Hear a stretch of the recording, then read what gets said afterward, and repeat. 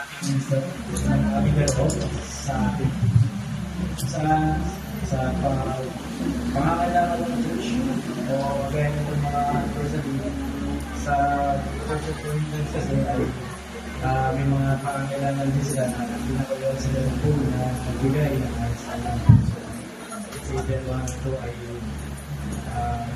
sa times mga liban ng mga person o mga liban ng mga kapasito ang na yun ay dapat ito ay dapat galing sa atin.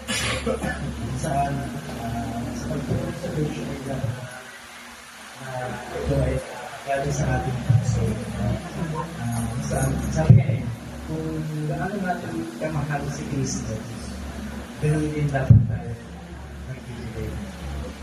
Ano yung nabibigay natin sa church, ganoon din natin kamahal si Kristo. Parang ganoon.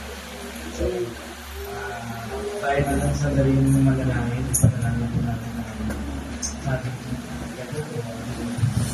Kami lang Diyos, muli po kami kapasalamat sa pagkabala, pagdalingan kami mo pag-iingat sa pagbibigay ng trabaho at mga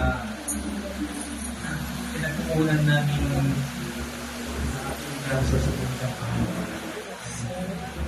Salamat sa pagkakabigay sa amin at patuloy po ang lokala dahil patuloy na kami ay maging gagamit-gamit din sa pagbibigay at patuloy na maging gagamit-gamit ito sa aming iglesia, Panginoon.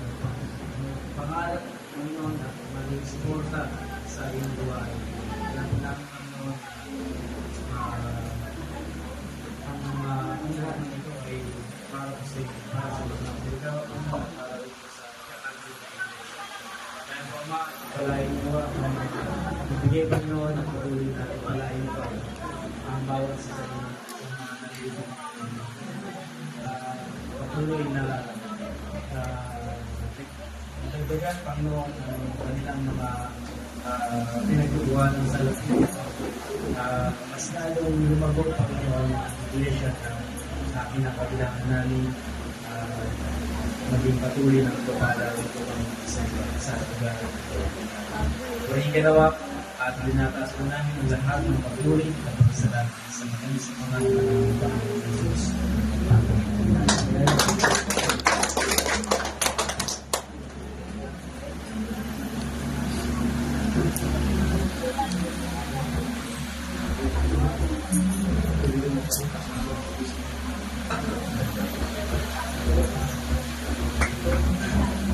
Okay, patay po Pastor Albert.